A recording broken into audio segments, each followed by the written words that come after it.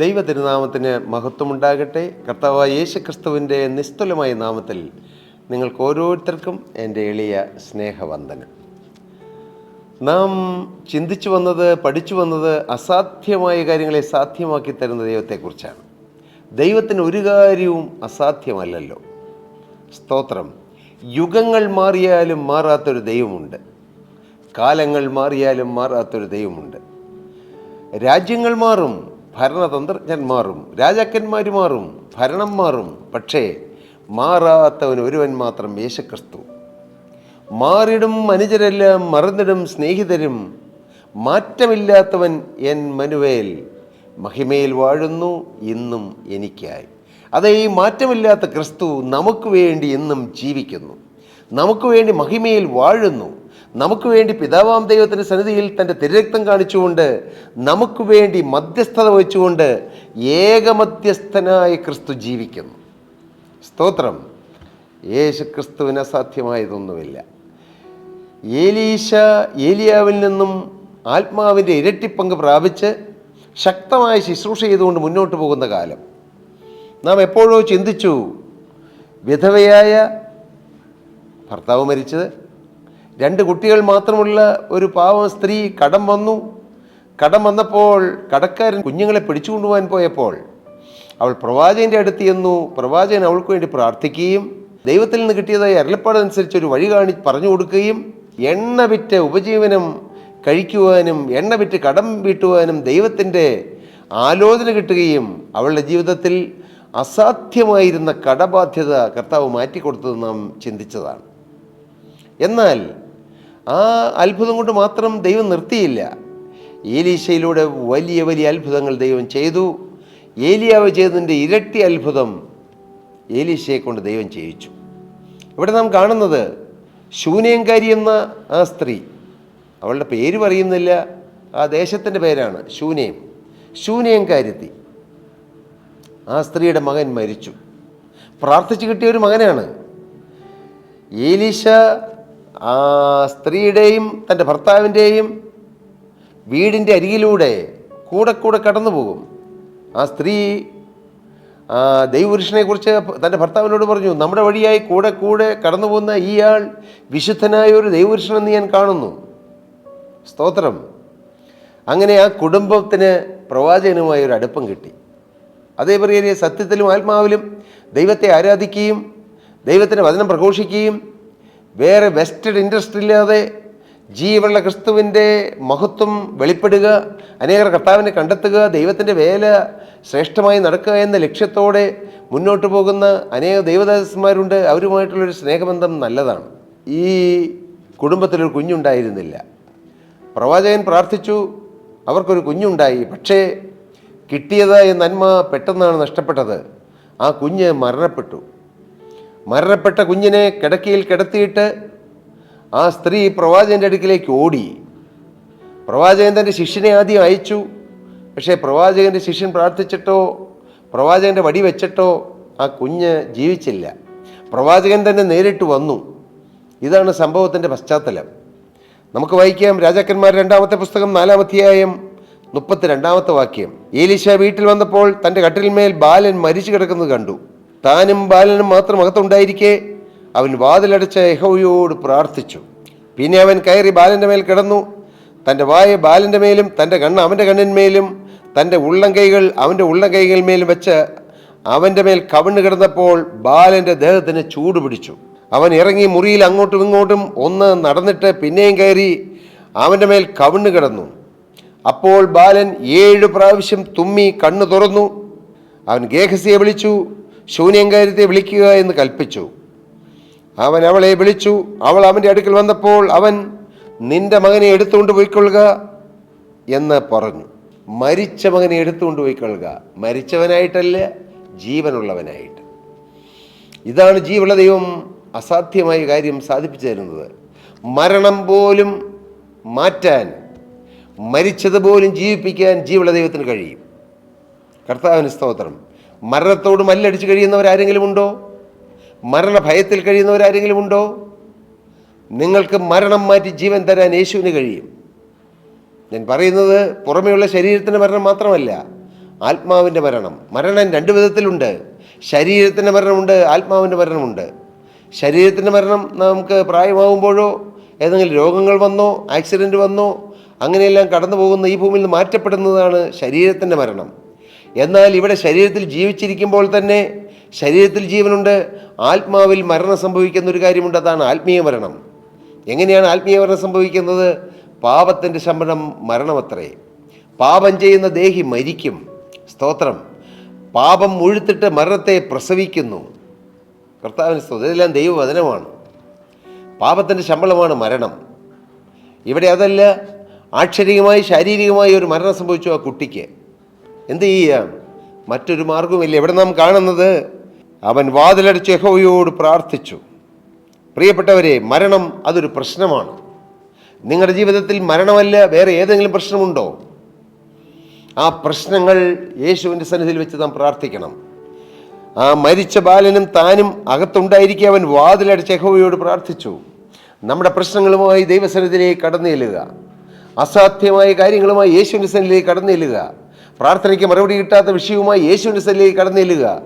നിങ്ങളും ആ പ്രശ്നവും യേശുവും മാത്രം. പ്രവാചകൻ ആ മരിച്ച കുട്ടിയെയും കൊണ്ട് പ്രാർത്ഥനാ മുറിയിലേക്ക് കടന്നു ചെന്നു. ആ മരിച്ച കുട്ടിയും പ്രവാചകനും മാത്രമുള്ളപ്പോൾ ദൈവസന്നിധിയിൽ കടന്നു ചെന്ന് പ്രാർത്ഥിച്ചു. പ്രിയപ്പെട്ടവരെ, നമ്മുടെ ജീവിതത്തിലും അസാധ്യമായ കാര്യങ്ങൾ സാധ്യമാക്കി കിട്ടണമെങ്കിൽ പലവട്ടം പരീക്ഷ എഴുതി തോറ്റുപോയി, അത് അസാധ്യമെന്നാണോ നിങ്ങൾക്ക് തോന്നുന്നത്? നിങ്ങൾ ആ വിഷയം വെച്ച് പ്രാർത്ഥിക്കുക. സ്തോത്രം. രോഗം വന്നു മാറുന്നില്ല, പല ചികിത്സകൾ ചെയ്തു മാറുന്നില്ല, പ്രാർത്ഥിച്ചു മാറുന്നില്ല, എന്നാൽ നിങ്ങൾ ആ വിഷയം മാത്രം വെച്ച് പ്രാർത്ഥിക്കൂ. ഇങ്ങനെ ജീവിതത്തിൽ ഓരോരോ കാര്യങ്ങൾ, കടബാധ്യതയുണ്ട് മാറുന്നില്ല, ഹോൾസെയിലായിട്ട് കടമാറ്റി തരണമേ എന്ന് എല്ലാ പ്രാർത്ഥനയും കൂടി പ്രാർത്ഥിക്കുകയല്ല. നിങ്ങൾ ആ സ്പെസിഫിക്കായിട്ട് വിഷയം വെച്ച് ദൈവസന്നിധിയിൽ ജാഗരിക്കുക, പ്രാർത്ഥിക്കുക. കർത്താവ് തൻ്റെ മുഖം തിരിക്കും. കർത്താവ് പ്രാർത്ഥനയ്ക്ക് ഉത്തരം തരും. ഇവിടെ മരണം സംഭവിച്ചു, മരിച്ചങ്ങ് പോയി ഇല്ലേ? മരണം സംഭവിക്കുന്ന എത്രയോ വീടുകൾ തങ്ങളുടെ പ്രിയപ്പെട്ടവർ മരിക്കുമ്പോൾ അവരൊന്ന് തിരിച്ചു വന്നെങ്കിൽ എന്ന് ആഗ്രഹിക്കുന്നവരും പ്രാർത്ഥിക്കുന്നവരും ഉണ്ട്. പക്ഷേ ഇവിടെ കർത്താവ് അത്ഭുതം പ്രവർത്തിച്ചു. ഏലീശ പ്രാർത്ഥിച്ചു, ജീവനുള്ള ദൈവം പ്രാർത്ഥന കേട്ടു. എന്തുകൊണ്ടാണ് ഏലീശയുടെ പ്രാർത്ഥന ദൈവം കേട്ടത്? ഏലീശ ദൈവത്തെ അനുസരിച്ചവനായിരുന്നു. ദൈവത്തിൻ്റെ പ്രവാചകനായി ഏലിയാവിൻ്റെ നാവിലൂടെ വന്നതായ ദൈവവചനം അനുസരിച്ചവനായിരുന്നു. ഏലീശ ഒരിക്കൽ തൻ്റെ കുടുംബത്തിലുള്ളതായ ആ വയലിൽ ഉഴുതുകൊണ്ട് നടക്കുമ്പോഴാണ് ഏലിയാവ് ഏലീശയുടെ മേൽ തൻ്റെ പുതപ്പെടുന്നത്. ഏലിയാവിൽ നിന്നും പുതപ്പ് ഏലീശയുടെ മേൽ വന്നപ്പോൾ ഏലീശയുടെ കൈ കലപ്പയിൽ നിന്ന് വിട്ടു. അതേ ദൈവവിളി വന്നപ്പോൾ ആ പുതപ്പ് ദൈവവിളിയെ സൂചിപ്പിക്കുന്നു. ദൈവത്തിൻ്റെ വിളി കേട്ടപ്പോൾ ദൈവത്തിന് വേണ്ടി ഇറങ്ങിത്തിരിച്ചവനാണ് ഏലീശ. ദൈവത്തിന് വേണ്ടി ഇറങ്ങിത്തിരിക്കുന്നവരുടെ പ്രാർത്ഥന കേൾക്കുന്ന ഒരു ദൈവമുണ്ട്. നിങ്ങൾ ഒരിക്കലായി എന്നേക്കുമായി നിങ്ങളുടെ ജീവിതം ക്രിസ്തുവിന് കൊടുത്തതാണോ? നിങ്ങൾ പ്രാർത്ഥിച്ചാൽ ദൈവം പ്രാർത്ഥന കേൾക്കും. സ്തോത്രം. മാത്രവുമല്ല, അങ്ങ് മുന്നോട്ട് പോകുമ്പോൾ ഏലീശ ഈ ഭൂമിയിലുള്ള സ്വത്തോ സമ്പത്തോ വലിയ ധനികനായിരുന്നുവെങ്കിലും അതെല്ലാത്തിനോട് യാത്ര പറഞ്ഞ് ഒരു കുഗ്രാമവാസി എന്ന് തോന്നാവുന്നതായ എന്നാൽ ദൈവസന്നിധിയിൽ വിലപ്പെട്ടതായ ഏലിയാവിൻ്റെ പിന്നാലെ ഇറങ്ങിത്തിരിച്ചു, ശുശ്രൂഷയ്ക്ക് വേണ്ടി ഇറങ്ങിത്തിരിച്ചു. മാത്രമല്ല, പരിശുദ്ധാത്മാവിൻ്റെ ഇരട്ടിപ്പങ്ക് വേണമെന്ന് ആഗ്രഹിച്ചു. അങ്ങനെയുള്ള ദൈവദാസൻ പ്രാർത്ഥിച്ചാൽ ദൈവം പ്രാർത്ഥന കേൾക്കുകയില്ലേ? തീർച്ചയായും കേൾക്കും, തീർച്ചയായും കേൾക്കും. പ്രിയപ്പെട്ട സഹോദരീ സഹോദരങ്ങളെ, നിങ്ങൾ ജീവനുള്ള ദൈവത്തിന് വേണ്ടി ഈ തലമുറയിൽ നിൽക്കുന്നവരാണെങ്കിൽ, ദൈവത്തിൻ്റെ വാക്ക് അനുസരിക്കുന്നവരാണെങ്കിൽ, ദൈവത്തിൻ്റെ ഉള്ളം പ്രസാദിപ്പിക്കുന്നവരാണെങ്കിൽ നിങ്ങളുടെ പ്രാർത്ഥന ദൈവം കേൾക്കും. നിങ്ങളുടെ പ്രാർത്ഥനയ്ക്ക് കർത്താവ് മറുപടി തരും. നിങ്ങളൊരു കാര്യം യാചിച്ചാൽ കർത്താവിന് നോ എന്ന് പറയാൻ പറ്റുകയില്ല. സ്തോത്രം. അങ്ങനെ ഒരു അനുഭവമുണ്ട്. ദൈവവുമായിട്ട് അത്രമാത്രമുള്ള ബന്ധം, ദൈവവുമായിട്ട് അത്രമാത്രമുള്ള സ്നേഹബന്ധം. ഒരു അബ്രഹാം പറഞ്ഞാൽ ദൈവത്തിന് ലോകത്തിന് രക്ഷിക്കാതിരിക്കാൻ പറ്റുകയില്ല. സ്തോത്രം. കർത്താവിന് സ്തോത്രം. ദൈവത്തിന് പ്രസാദമുള്ളവരായി ഈ തലമുറയിൽ നിൽക്കാൻ പറ്റുമോ? ദൈവം സന്തോഷിക്കുന്ന ഒരു ജീവിതം നമുക്ക് നയിക്കാൻ പറ്റുമോ? എങ്കിൽ യേശുക്രിസ്തു നമ്മുടെ പ്രാർത്ഥന കേൾക്കും. ഇവിടെ ഏലീശ പ്രാർത്ഥിച്ചു, ജീവനുള്ള ദൈവത്തോട് പ്രാർത്ഥിച്ചു. ഏലീശയുടെ പ്രാർത്ഥന ദൈവം കേട്ട് മരിച്ച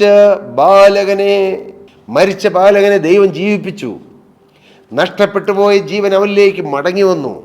അതേ പ്രിയരെ, നഷ്ടപ്പെട്ടു പോയ ജീവൻ മടക്കിക്കൊണ്ടുവരുന്നതാണ് പ്രാർത്ഥന. ഏലീശ പ്രാർത്ഥിച്ചു, ബാലകന്റെ മേൽ നിന്നും മാറിപ്പോയ ജീവൻ അവനിലേക്ക് മടങ്ങി കൊണ്ടുവരുവാൻ ഏലീശയുടെ പ്രാർത്ഥന ദൈവം പ്രയോജനമാക്കി തീർത്തു. അത്രമാത്രം കരുത്തുണ്ട് പ്രാർത്ഥനയ്ക്ക്.